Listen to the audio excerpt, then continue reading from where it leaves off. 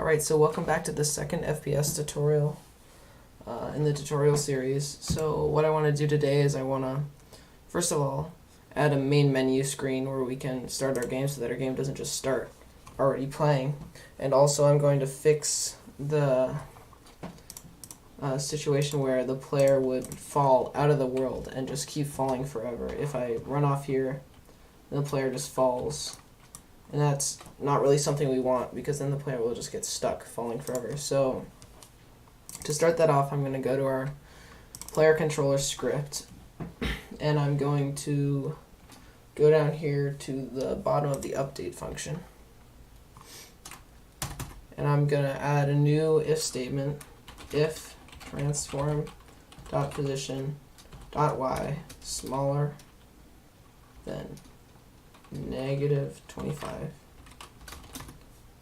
then we're going to die, which is going to be a new function.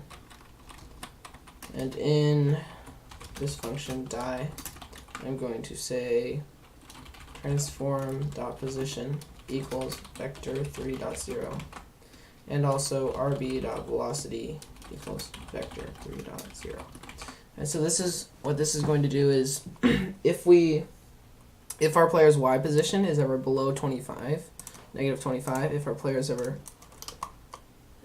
ever falls off the map, then we're going to call the function die, and the function die sets our position to 0, 0, 0, and sets our velocity to 0, 0, 0, so that if we were falling, we don't keep that falling velocity from when we die. So let's try this out. I'm going to jump off the map.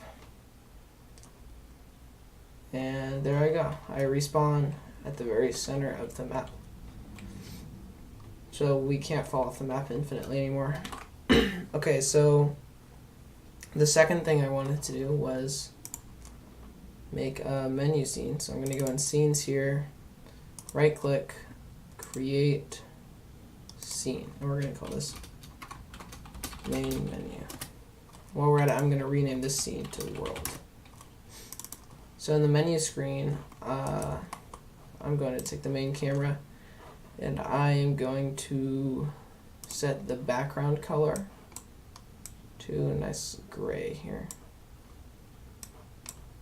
And then I'm going to set the clear flags to solid color instead of the skybox. Now we just see a color on our screen instead of a skybox. And to set up our menu, first what we're going to do is right click UI canvas, and this is what's going to allow us, it's very big, so I'm going to click the 2D button to make our screen two-dimensional so that we can edit it. This is all our buttons and our titles and our text will be on this canvas, and it'll allow us to interact with them. It's a very nice UI system. So first of all, I'm going to set, well actually let's just show it. On our canvas, I'm going to right-click UI text. That's going to add a text component into the middle of our canvas, and I'm just going to, if you select this tool here, this canvas editing tool, it allows you to scale your text or your just anything on your canvas really. And I'm going to set this text to FPS game, and we can find a different name later, but for now I'm going to set it to FPS game. I'm going to drag it up to the top here. And so let's drag out our game window for a second so I can show you. So our text is at the top of the screen, right? But if we make the screen taller or larger, if we're playing on a different size monitor, then our text gets hidden, and we don't want that. We want this title text to always be visible to the player.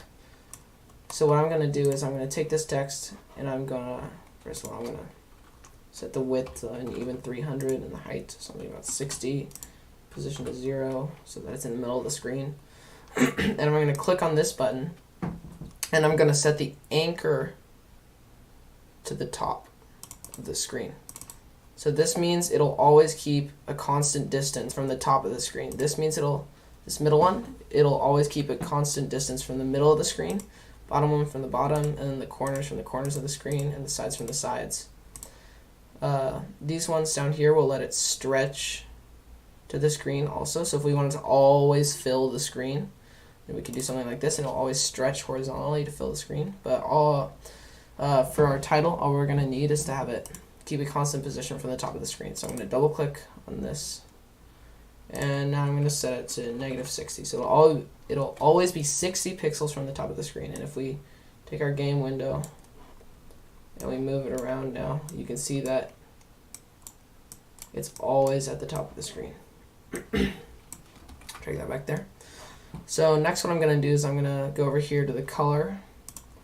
I'm going to set it to white.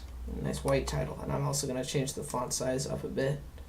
And I'm going to set the alignment to center on both horizontal and vertical. So now we got a nice little title. I also hid my project window in the process, so I'm going to put that back. So now that we've got our title for our game, I'm also going to add a shadow component. From here I'm clicking add component and searching shadow, and that's going to add a nice shadow to our title. And I'm going to set the distance to -2, so it's going to generate a shadow 2 pixels to the right and 2 pixels down with a nice shadow behind our text. And now what I want to do next is I want to have some buttons. I want to have a quit button and I want to have a play button. So I'm going to right click canvas, UI, button. Now we have a button in the middle of the screen, and we can click this. It'll be able to call a method from another script which will either quit the game or load our screen. So I'm going to name this play button, and I'm going to expand it and set the text to play. And I'm going to drag it here so it's in the middle of the screen, but a little above. And I'm going to duplicate it with Control D. Drag this one down. This will be our quit button. Text I'm going to set to quit. Alright.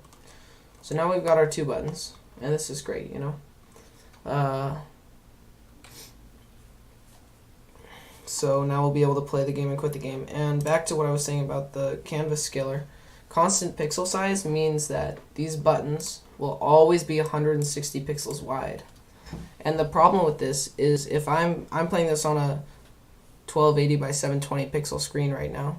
If I were to play it on a 4K display, then these buttons would always be 160 pixels wide. So they'd be super hard to see on a 4K display. They'd be super tiny. They'd be minuscule. And we don't want that. We want them to be big enough for you to see them. So what I'm going to do is I'm going to come to Canvas. And I'm going to set Canvas Scaler to scale with screen size. And so what this is going to do is it's going to always make sure that our buttons are proportional to our screen size instead of a pixel size. And it's going to make sure that it's the same across all different screen sizes, which is really convenient. So that now that we've applied that, I'm actually going to change our shadow effect to a little less because it kind of expanded the text. And we've got our play and quit buttons here.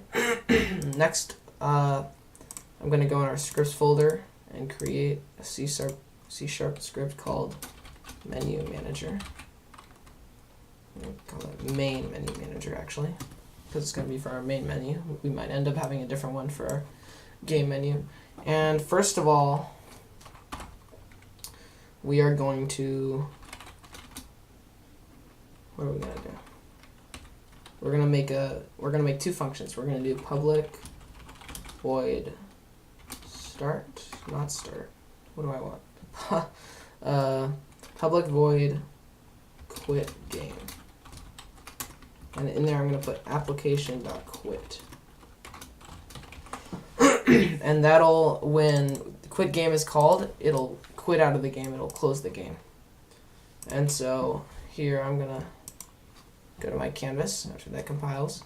I'm going to drag main menu manager onto my canvas. And then I'm going to come here to the quit button. I'm going to click on it. I'm going to go down to the on click field, add an on click event. Then I'm going to drag the canvas in here and choose main menu manager quit game. So now when we press this quit button, it's going to quit our game. And that won't work in the editor because you can't quit out of the editor with application.quit. But if we build the game, then this button will quit the game. And so now what we want to have is our play button. We want our play button to bring us into our world, you know. So I'm going to make a public void play. Not that. Play. Thank you. And we are going to then load our world scene. So I'm going to include here using Unity engine .scene management.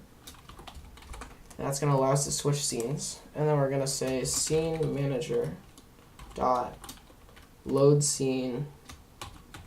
We're going to leave that blank for now because we need to actually specify which scene we want to load.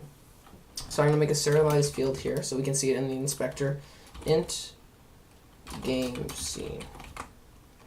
And then in load scene, I'm going to pass in a game scene. So I'm going to come back to the editor and we're going to wait for that to compile. And so now that we have it set as an int here, we can specify what scene our game actually is in the build end index. So first of all, we're going to have to add our scene to the build index that we want to go to. We've got scenes and build world. I'm going to go into our scenes and I'm going to drag in the main menu.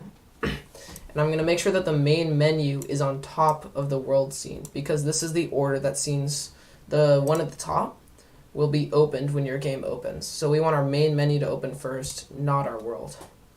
And if you look over here at this 1, that's the build index of our world scene. So I'm going to come back to the canvas and I'm going to set our game scene to 1. So now we're going to come down to the play buttons on click. We're going to choose canvas, main menu manager, play. And so when we click this button, it should load our game scene. I'm going to run the game.